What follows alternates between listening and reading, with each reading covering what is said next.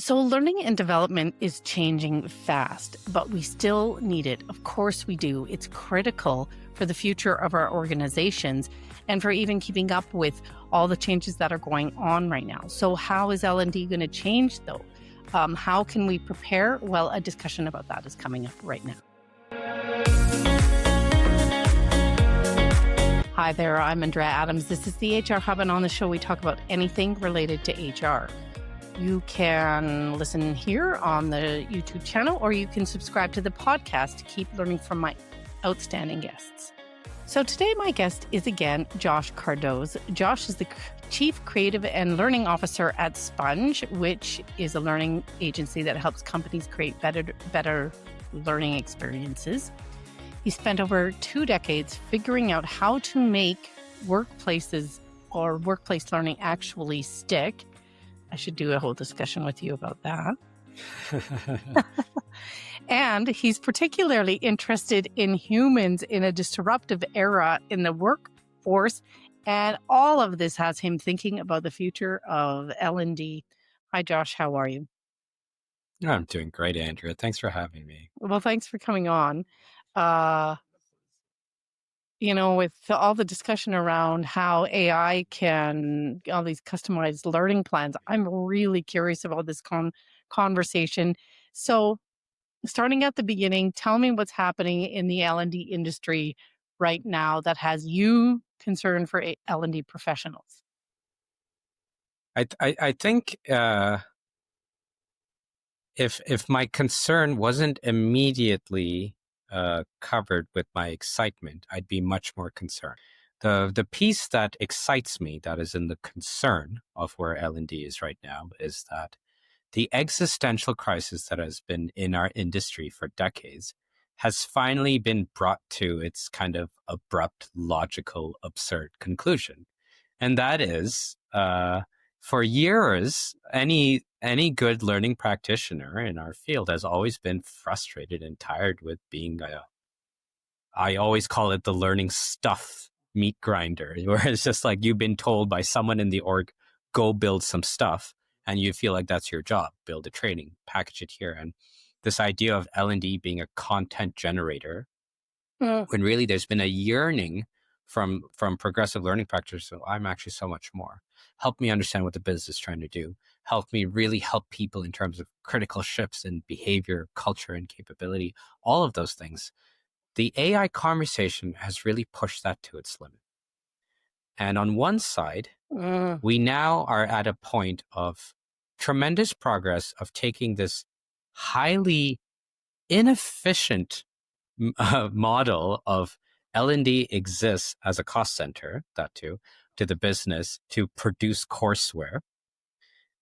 And it's being blown out of the water by AI saying, well, I can do that too. If the goal is to just produce sort of generic style courseware, well, AI can do it too. And it can do it a lot faster. It can do it a lot cheaper. It can, and the exciting part for me, and that very sensitive, of course, to the fact that these are people's jobs and livelihoods and career paths that are being affected, is that it is finally putting a critical conversation on why does L&D exist? And what is really the value that you can offer to the business? And I think go ahead. Why does it exist? Can I interrupt you on that conversation and just like, what's your take on why it exists? And then maybe you can pick up where I interrupted you, if you can remember. So why does L&D exist? It exists in the way that it always should have existed, and that is a value creation center for the business. And the missing link to all of that has always been L&D being disconnected from business outcomes and business initiatives, as if it's this lonely island that just kind of sits on the side and waits to be told by some sophisticated series of torch lighting of go deliver another training, go build another training. This is a moment actually for L&D to break free from that model and say, leave the content production to tools that can rapidly build things, and even better, actually deliver far more sophisticated learning experiences than we ever could before. And I'm talking in the realms of in the flow of work or personalization, and I can expand on that more. But L&D exists to create value for the business.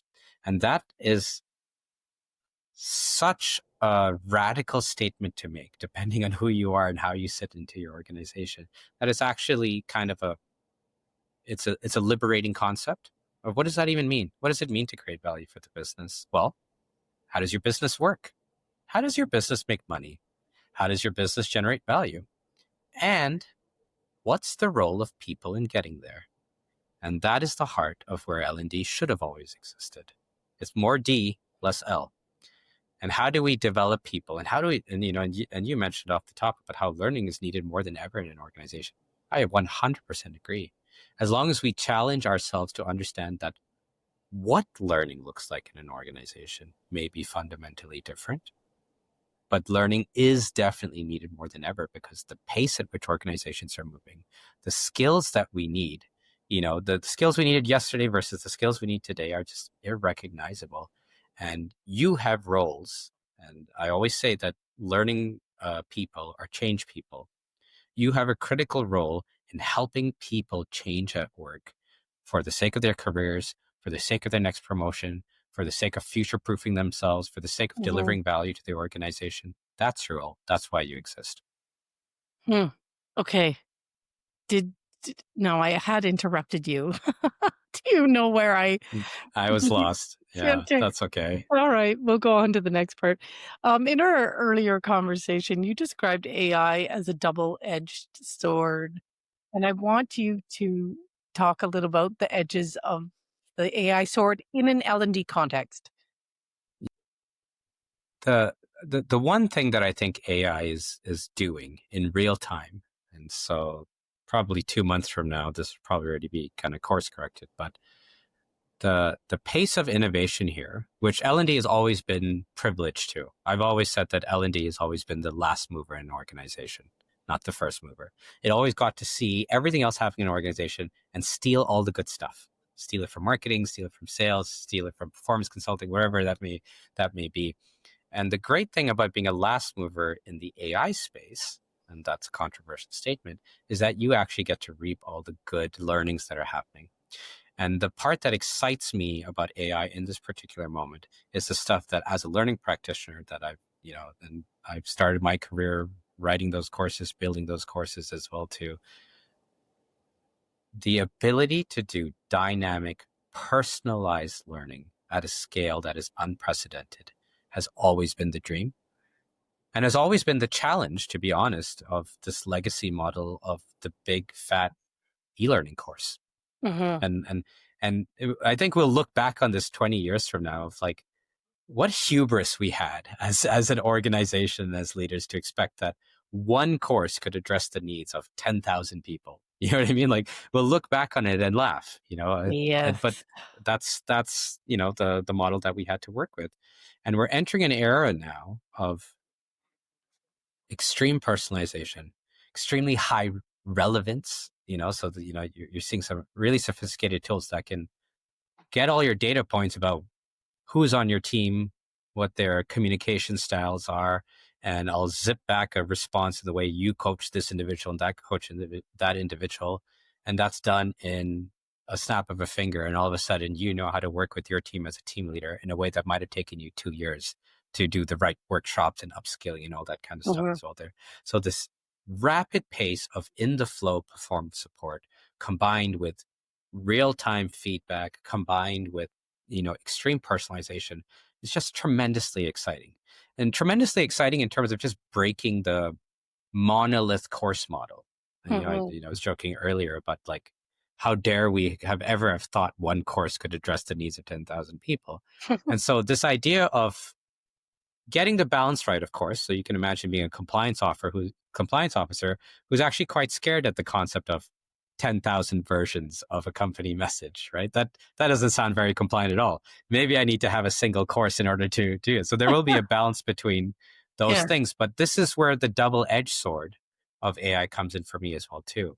And you and I have spoken, previously about Generation Numb and mobilizing Generation Numb. And one of the things that has always stood out to me, and I take very personally, I think about it at work all the time, is the idea of isolation at work and loneliness at work.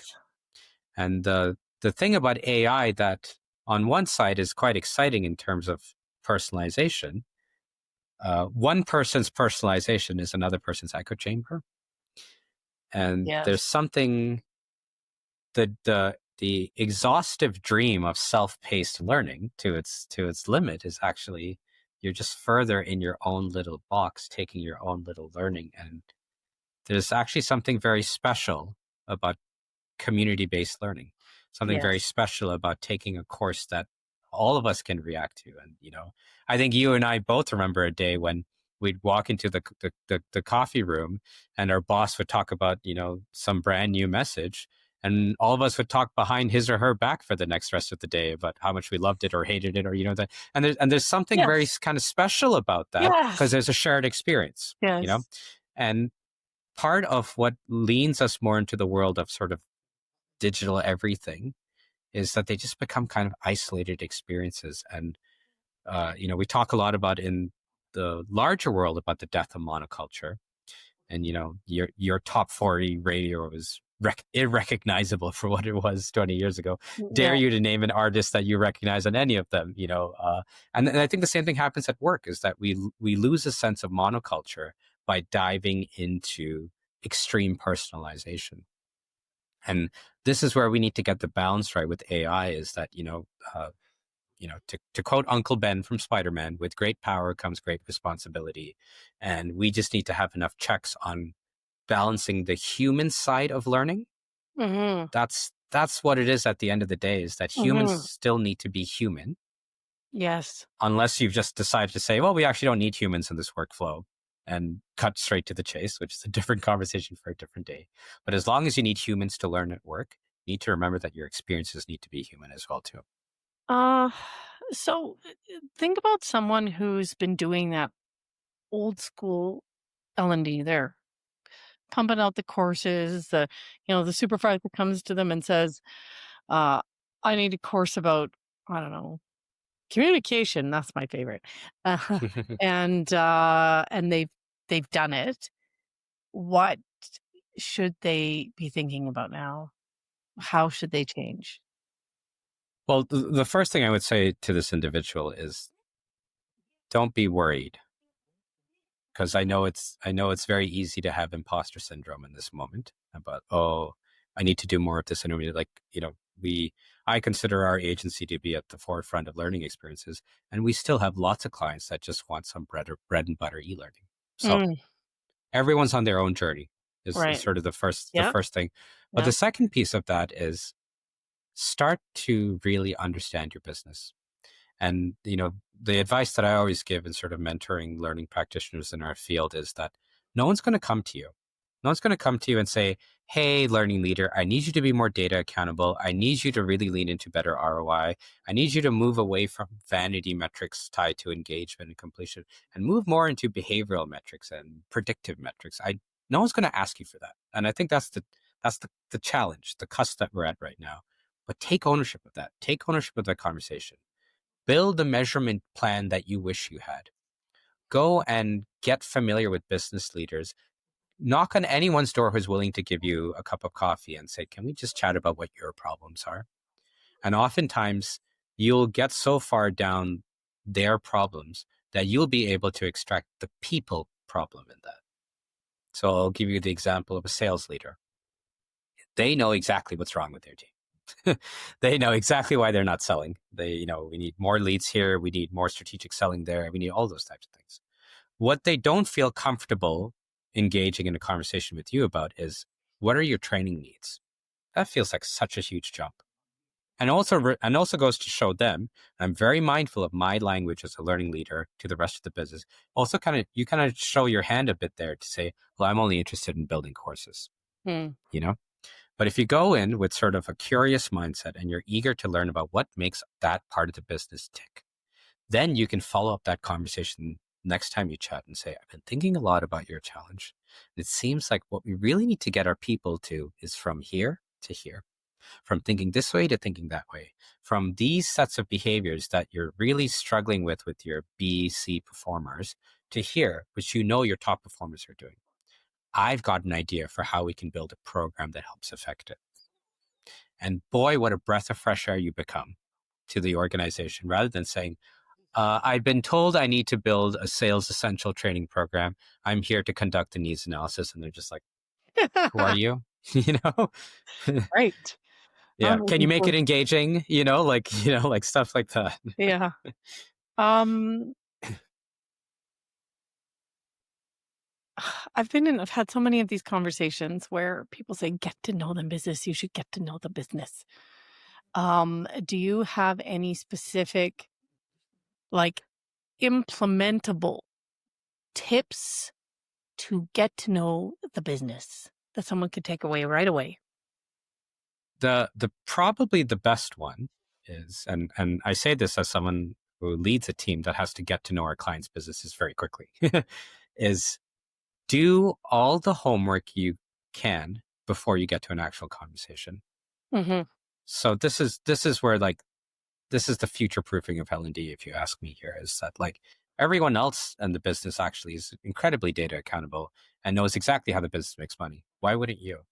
Just because you reside in people, just because you think your job is to kind of contain knowledge pieces, like, Mm-hmm. there's no excuse for that. So if you work for a large organization, it's actually really easy to get to know the business because it's all publicly available, right? If you're a publicly listed company, go read the shareholder reports, Mm. attend every single town hall, and be curious. That's the other piece as well too. Oh, well, our CEO said something on the town hall in your next manager one-to-one. What do they mean by that? What are they trying to do there? What does that look like? And what's our role in order to get there? And so there's something very tangible there about, it's not get to know the business as in, like, have you seen our company website lately? Yeah. Get to know the business in a very critical way. Mm-hmm. Because when you understand the critical role of people enablement for anything that's on a CEO's agenda, then you actually understand what an important role you have to play in there. And actually how you've been underselling your value this entire time. And so there's this element of earning the right to show up in those conversations with confidence, to say, oh, well, and you'll often hear it as like a slip of the tongue. That's when you, especially when you talk to people outside of people teams, L&D teams, you'll speak to kind of like a safety officer or a sales leader or whatever it is. And they say something like, oh, honestly, I think people just, Google your clients before you get into a call. Is that so hard to ask for? You'll get this kind of like half vent, half blurt, and then you go, okay, so let's talk about the performance moment then. So if we can talk about what great performance looks like, what if we can talk about the 5 most important performance moments that are going to show up in the next 6 months for you? Now, what are the behaviors like in that? Now, anyone who knows their learning stuff knows I'm kind of doing a needs analysis in real time with you. But it's kind of like shifting the conversation to what matters to the business versus this kind of indulgent activity of, I need to get my learning objectives right. Mm-hmm. I'll be the first person to tell you, as a learning leader, I couldn't care less about learning objectives. When we talked earlier, you had said something around the lines of, don't use the word training, or Yeah. can you slip that in? Because I thought that was awesome. And I'm basically fishing for that. So something, and I mentioned this before about having learning in my job title and kind of having a love-hate relationship with the word learning. We actually do something at Sponge. We have an engagement model with our clients through the lens of what we call the compelling question, which is kind of like the strategic narrative for our engagement. And there's clear rules to a compelling question. I've instituted them. It's my fault that we have it there. 5 rules for a compelling question. I won't bore you with the other 4, but the most interesting one for the sake of today's conversation is that in your compelling question, you're not allowed to use the word training or learning, which is quite controversial. We're a learning agency at the end of the day, but that allows us to not get distracted from leading the witness, which stops you from having a question like, how do we build an engaging training that inspires people to sell better? That's a terrible question. That is and is certainly not a compelling question. And that's the other part of the, number 5 of the compelling question ingredients, that needs to be compelling. And my definition of compelling is what gets the eyes of the business that we're actually trying to solve this challenge. And the business is not interested in engaging learning that sells better, that feels like 1,000 jumps of logic. So what is the question that helps get to the root cause of what we're trying to do? So could be, how do we enable people to have a stronger strategic mindset when entering discovery calls with our clients? Focused, compelling, feels like it's solvable as well too. And so the idea of diminishing the role of learning and training is that, sure, on the other side of it could be some form of learning experience. But the point is that you're not leading with the format. And I think sometimes the challenge for us as learning professionals is that we live in this little bubble of like things can only happen as long as it fits neatly into a RISE module box or a storyline box or some other sort of courseware facilitated boxes. It doesn't have to be. Focus on solving business problems, and then you take care of the people enablement side so that you don't have to distract your critical stakeholders by saying, I'm just trying to build a training here. What is the future of L&D going to be? Like, what in the future is an L&D professional going to be doing? And if you can keep this somewhat short because we're running out of time. Well, I mean, anyone's crystal ball here, I would say, is probably a bit disingenuous. I'll tell you, whatever the role is, it'll be more exciting than it ever has been. And I know that feels like quite a weird statement to make in what feels like a very scary time for the industry and definitely going through an existential crisis. But I always come back to, I have a background in teaching. I went to teachers college and I kind of got grilled on the fundamentals of what great learning is. And great learning is communal. Great learning is personalized. Great learning is relevant. And yes, I'll sneak in this world. Great learning is engaging, but it doesn't need to be engaging in the way that you've always thought it was. And the great thing about where the future of L&D is going is that we used to just have a very finite stack of tools in our toolkit. Now it seems like we have a seemingly unlimited set of tools in our toolkit. And that's exciting as long as you're willing to lean into that. And it's scary if you're just going to hold on to, well, I only exist to create training and my job is to only create courses. And I'd probably say the last piece of the future of L&D that really excites me is that it feels like, and I'll say this quite quietly because I don't want to jinx it, but it feels like we're finally getting on the cusp of getting measurement done properly. Because we have been teetering on, well, how do I even get this data point, And we're seeing the LMS sweat in real time because the entire tech world is coming for it right now, but saying, well, actually all the data points can be found in the flow of work, in these performance moments being done. I'm so excited that we're at that point now, because now we can actually say we're delivering impact. We're actually delivering on what needs to be able to be done. So that's where hopefully the future of L&D is going. Same, like on an HR front, same. Yeah. Yeah. Okay. Double-edged sword. Excuse me. Where does Sponge fit into all of this? And where can they learn more about you and about, and I guess about Sponge? Yeah, where Sponge fits into all of this is that if this sounds incredibly complex and you're trying to do it with your large group of people, well, we can help. And I think probably the way that I can spin it for you is that we have the range to be that bread and butter e-learning course creator if you need us to be. But obviously, we're tremendously excited about where we're going in terms of how do we enable that business shift with your people, and how do we shift your people in terms of culture, behavior, and capability. And of course, please feel free to look me up on LinkedIn. Happy to chat with you about all things learning and beyond. I'm highly approachable and extremely sarcastic as well, too. You weren't sarcastic today, though. I'm on my best behavior today, Andrea. Okay. All right. All right. I'm going to close it. Well, thanks, Josh. I love that. And I'm thinking about that very tactical, useful bit of advice you gave at the end there around going to a client and saying, not a client, just someone in the business, can we chat about your problems? And who isn't going to want to chat about their problems? And have, someone to listen to them and be a thought partner. So think about doing that next time. Josh and I did another episode discussing Generation Numb. It's that overwhelm in the face of all of this change. And I really encourage you to listen to that because that's fascinating. A link to that is right here. Thanks for watching out there, and we'll see you next time.